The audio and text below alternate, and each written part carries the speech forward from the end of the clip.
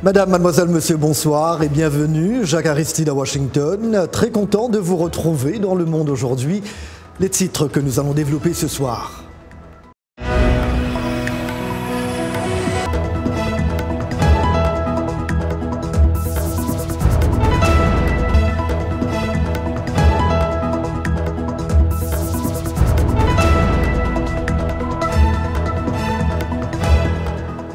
Les braquages, les assassinats ciblés, les enlèvements de véhicules et des personnes ont fini par diviser les résidents de Tombouctou, une partie accusant l'autre. Ces derniers jours, des jeunes ont installé des barrages dans le quartier d'Abaradjou, provoquant la colère de la population arabe. Dans la nuit du mercredi à jeudi, des jeunes de la communauté arabe ont riposté, créant davantage de tensions entre les deux communautés.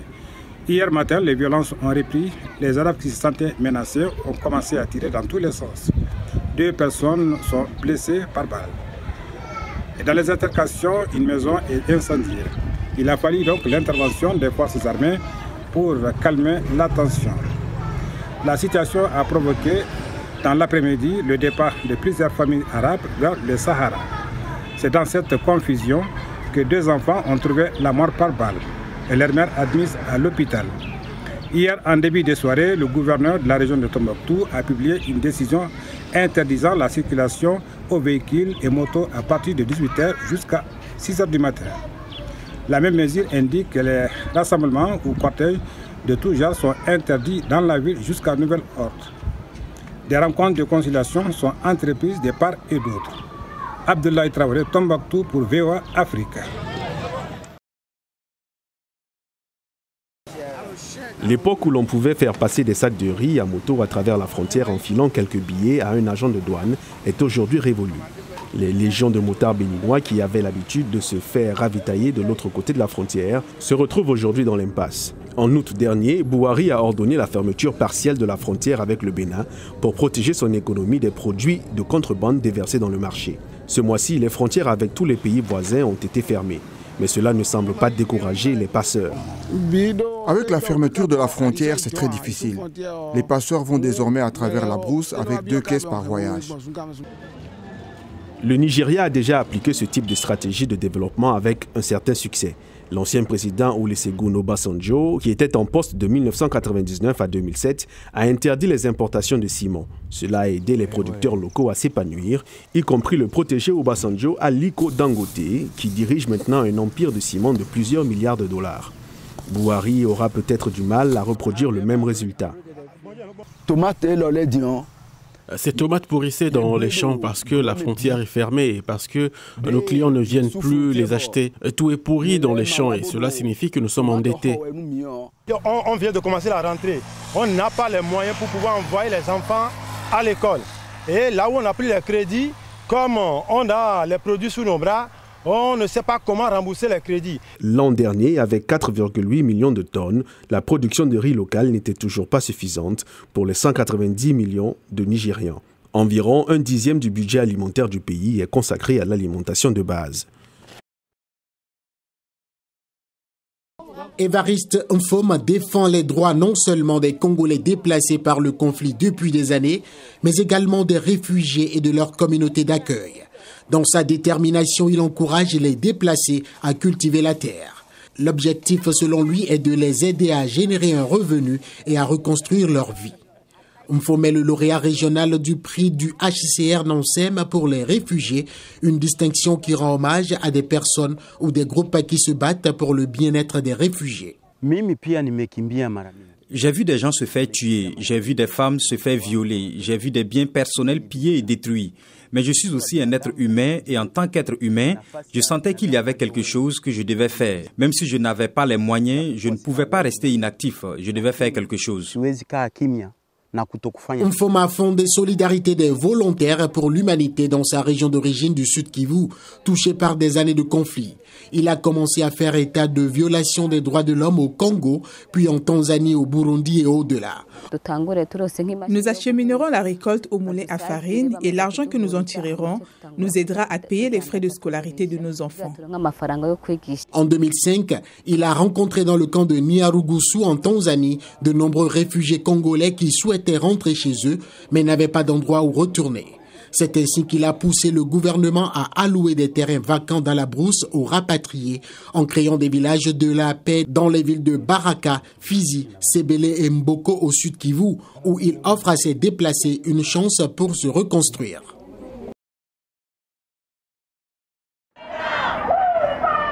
De Sydney à Séoul, en passant par Nairobi, Johannesburg, Londres, Tokyo et bien sûr ici à New York. La marche planétaire pour le climat, aussi appelée Friday for Future, le vendredi pour le futur, a pour objectif de faire monter la pression sur les décideurs politiques et les entreprises mondiales pour qu'ils prennent enfin des mesures drastiques visant à pallier les conséquences du réchauffement climatique provoqué par l'activité humaine.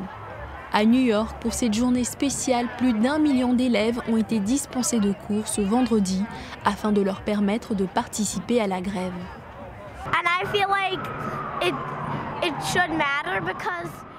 Je pense que c'est important parce que la génération de nos parents s'est simplement dit que le réchauffement climatique n'allait pas arriver au cours de leur vie. Pourquoi nous en soucier? Mais cela arrive au cours de nos vies. Alors je suis venu ici pour protester. Je pense que c'est important de protester pour le climat et la planète. Au total, plus de 5000 événements sont prévus à travers le monde et Greta Thunberg, qui défile ici à New York, a appelé jeudi dans une vidéo la jeunesse à s'approprier le combat pour le climat. Elle a déclaré que toutes les actions comptent et invité les milléniaux à se joindre à elle. Cet élève new-yorkais fait partie des millions de jeunes ayant répondu à son appel aux 4 coins du monde. Ce n'est pas quelque chose qu'il faut prendre à la légère. C'est en train d'arriver en ce moment. Du coup, il faut faire quelque chose. Il faut saisir toutes les occasions pour faire quelque chose comme ça, pour protester. Cette journée va donner lieu au coup d'envoi à New York de 2 semaines d'action avec dès ce samedi le premier sommet de la jeunesse sur le climat organisé par l'ONU. Lundi, le sommet international sur le climat va réunir une centaine de chefs d'État et de gouvernement et tous attendent donc de voir quelles seront les actions concrètes proposées. Dili Diko, VOA, New York. C'est vendredi et c'est l'heure de Culture Hebdo, votre rendez-vous hebdomadaire avec Roger Muntu. Bonsoir et bienvenue Roger. Bonsoir Jacques. Comment ça va? Ça va très bien. Et vous? Le phénomène Game of Thrones, en fait ça ne finit pas ou quoi? Qu'est-ce qui se passe? À l'assaut maintenant d'un autre record pour les Emmy Awards. Oui, Jacques, je dois dire qu'on s'y attendait, ça c'est sûr. La série Game of Thrones se lancera dans une ultime bataille un dimanche pour tenter de battre son propre record. Récompense lors de la traditionnelle cérémonie des Emmy Awards, équivalent des Oscars pour la télévision américaine. Malgré une saison finale imparfaite, jugée même bâclée par certains fans qui ont organisé une pétition pour demander une nouvelle version, la saga médiévale fantastique de HBO mêlant dragons, morts-vivants et vengeance dynastique, a été sélectionnée à 32 reprises. Game of Thrones, déjà la série la plus récompensée de l'histoire de la télévision américaine, a placé haut la barre par 2 fois déjà. Elle a obtenu 12 récompenses lors des Emmy Awards, Jacques. Oui. Courage. Un an après sa disparition, le chanteur Rachid Taha offre à ses fans un album posthume intime, Je suis africain. C'est un très bel album, très personnel à son image, d'après son fils lié. Rachid Taha est mort à 59 ans d'une crise cardiaque dans la nuit du 11 au 12 septembre 2018, alors qu'il mettait la dernière main à cet album. Les guitares électriques, violons orientaux ou encore balafons trouvent tous leur place. C'est un mélange de styles très différents avec un peu plus de français que d'habitude. Rachid Taha était surtout célèbre pour avoir été le leader du groupe de rock Carte de séjour dans les années 80, mélangeant le rock anglais avec sa culture algérienne. L'artiste avait d'ailleurs fait polémique en 1986 avec sa reprise du Douce France de Charles Trenet, écrit au départ en 1943 pour soutenir les prisonniers français. Et Roger, très souvent, on le dit, nul n'est prophète chez soi. Là, on va en RD Congo pour parler de Koffi Olomidé, parce que la censure le frappe et il dénonce des abus de pouvoir. Jacques, oui. Oui, chanson hein, du roi de la musique ou le patron de la musique congolaise, comme il aime bien s'appeler lui-même. Koffi Olomidé a été censuré dans son pays, la République démocratique du Congo. Une décision hein, dénoncée par l'artiste qui demande aux autorités de lutter contre les abus de pouvoir. L'interdiction porte sur 8 clips vidéo illustrant des chansons non autorisées de Koffi Olomidé, d'après un document officiel. Ils sont interdits de diffusion et de présentation au public, hein, indique une lettre d'une commission nationale de censure des chansons et des spectacles adressés aux chaînes de télévision et aux stations de radio. Cette commission reproche à l'artiste de ne pas avoir répondu à ses invitations dans cette lettre datée du 13 septembre que l'AFP a authentifiée auprès du service du ministère de la Justice. Koffi Olomidé a annoncé son retour en France récemment, début 2020, pour un concert à la Défense Arena, près de Paris, à une date qui reste encore à définir. En mars, rappelons-le aussi ici, Koffi Olomidé avait été condamné par le tribunal correctionnel de Nanterre, ouest de Paris, à 2 ans de prison avec sursis pour atteinte sexuelle sur un mineur de 15 ans. Le parquet avait fait appel hein, de cette condamnation avec sursis. Et de Koffi Olomidé, on passe maintenant aux déchets. On dit toujours les déchets de l'un sont les trésors de l'autre. C'est en tout cas la philosophie de Clark Bedford, un ancien conservateur de musée. Bedford a une longue carrière hein, derrière lui, une longue expérience et œil aiguisé pour l'art qu'il utilise aujourd'hui à bon escient hein, dans son nouveau métier.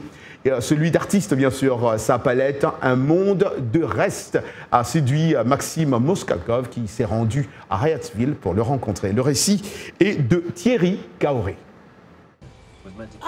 Oh mon Dieu, ils sont beaux! Je vais m'arrêter et regarder les autres. Pourrais-je sortir et prendre des photos? L'artiste Clark Bedford est habitué au curieux. Sa journée est ponctuée de discussions avec les touristes et les visiteurs qui viennent à Hyattsville, dans le Maryland, pour admirer ses créations originales. Aujourd'hui, c'est le maire de la ville voisine de Mont-Rainier en personne qui se déplace pour remercier l'artiste pour son travail. C'est incroyable. Quelqu'un prend le temps de mettre tout ça ensemble? C'est cet homme là-bas. Lui? Es-tu l'artiste? Oh, la vieille femme est impressionnée. Clark Bedford était conservateur au Hearthstone Museum de Washington, D.C. Bien qu'il soit à la retraite, il n'a jamais abandonné sa passion pour l'art. Il fabrique des objets à partir de matériaux de récupération qu'il trouve dans les parcs à ferraille, chez les antiquaires ou dans les magasins de seconde main. Trouvez quelque chose que vous aimez, et c'est généralement à cause de la forme et de l'âge. Au bout du compte, ça mènera à quelque chose. C'est comme si l'objet vous disait ce qu'il faut faire pour le transformer. Depuis que Bedford a laissé libre cours à son inspiration, son jardin n'a pas du tout les mêmes reliefs. Il avait une pompe d'eau à l'avant. Il n'avait qu'une clôture blanche et une pompe d'eau. Ce qui était à l'intérieur a commencé à envahir l'extérieur, puis j'ai commencé à faire des choses pour l'extérieur. Même si Bedford ne sait pas combien d'installations artistiques il a créées au cours des 12 dernières années, une chose est sûre, son art ne peut être contenu dans son jardin. Une partie spéciale de la collection est consacrée à la décoration de 4 voitures et de 2 bus garés à proximité. Pour Bedford, tant qu'il y aura de la place dans la rue ou chez lui, rien ne peut l'arrêter. Vous savez, c'est à côté de chez moi, hein, Hyattsville. Voilà, je dois aller lui rendre une petite visite de courtoisie, absolument. Bonjour de ma part. Bon. Bonsoir à tous, vous le disiez en titre, la Coupe du monde de rugby. La première en Asie, se disputer en Asie, a débuté à Tokyo sur un large succès du Japon face à la Russie, battue 30-10. Entre 400 000 et 500 000 visiteurs étrangers sont attendus au Japon. La finale se jouera le 2 novembre à Yokohama. 2 pays africains participent à ce mondial. La Namibie qui espère décrocher sa toute première victoire en phase finale de Coupe du monde de rugby. Elle qui joue son premier match dimanche face à l'Italie. Et l'Afrique du Sud, elle, entre en compétition demain face à la redoutable Nouvelle-Zélande. Ce sera le premier choc de ce mondial 2019. Il fait parler de lui par tous les spécialistes du ballon rond ces temps-ci et l'on se demandait pour quel pays Ansu Fati allait jouer, l'Espagne, sa terre d'accueil, ou la Guinée-Bissau qui l'a vu naître. Désormais, les choses sont claires. La pépite barcelonaise a opté pour la nationalité espagnole. Qui est-il? Portrait.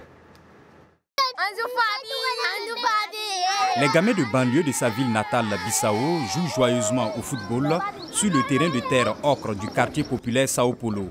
C'est là qu'Ansoumane Fati, né le 31 octobre 2002, a passé ses 6 premières années.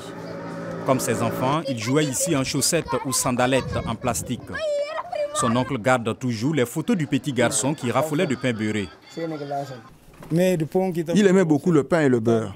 C'est ce qu'il aimait le plus. Chaque fois qu'il rentrait du football, il demandait du pain. Fati a quitté la Guinée-Bissau à l'âge de 7 ans pour rejoindre son père en Andalousie. À peine arrivé à Herrera, il découvrit un terrain de foot à l'herbe toute neuve et y fit sensation. Il est venu avec un don ou deux au-dessus de ses camarades de jeu, avec une énorme différence techniquement, tactiquement aussi. Un potentiel qui lui offre une ascension fulgurante. Dès 2012, il est recruté par le FC Barcelone, intégrant le célèbre centre de formation de la Masia. Fin août dernier, Ansou Fati est devenu le plus jeune joueur à marquer en Liga pour le Barça. Une fierté pour sa Guinée-Bissau natale et particulièrement pour les siens. Je l'ai vu à la télévision quand je suis allé voir le match. Et le soir même, nous avons parlé au téléphone. J'ai parlé avec lui et sa mère. Je lui ai rappelé quelques-unes des chansons que je lui chantais quand il était plus jeune. Il m'a dit « Maman, je n'arrive pas à croire que ça m'arrive ». Une fierté un peu diminuée car ce jeune talent bissau-guinéen a été naturalisé espagnol et évoluera dès octobre prochain au Mondial des cadets avec la Roura. Bon, on va donc Ansou Fati et ce mot avant de terminer. Le Cameroun a un nouvel entraîneur et c'est le technicien portugais Antonio Conceição da Silva Oliveira qui a été nommé sélectionneur des Lions indomptables en remplacement de Clarence Seedorf. On se rappelle, limogé après la CAN d'Égypte 2019. Je vous souhaite un excellent week-end. On se retrouve lundi.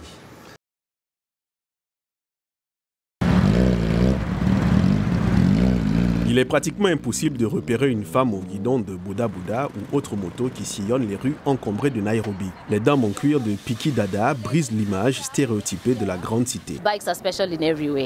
La moto, c'est quelque chose de spécial. Le fait qu'elles ne sont pas bloquées par les embouteillages, l'excitation qu'elles procurent, l'adrénaline, cela vous donne juste une impression de waouh, c'est vraiment spécial. Ce n'est pas 4, mais 2 roues. Patience Meta, agricultrice et administratrice, a ouvert le club en juin 2019. Très vite, son club s'est agrandi. 40 femmes en font aujourd'hui partie. Nous aimons nous motiver les unes les autres et rouler ensemble. C'est la seule façon de se soutenir mutuellement. Nous nous retrouvons, parlons ensemble, vivons ensemble et roulons ensemble. Une chose est sûre, conduire à moto à Nairobi offre plusieurs avantages.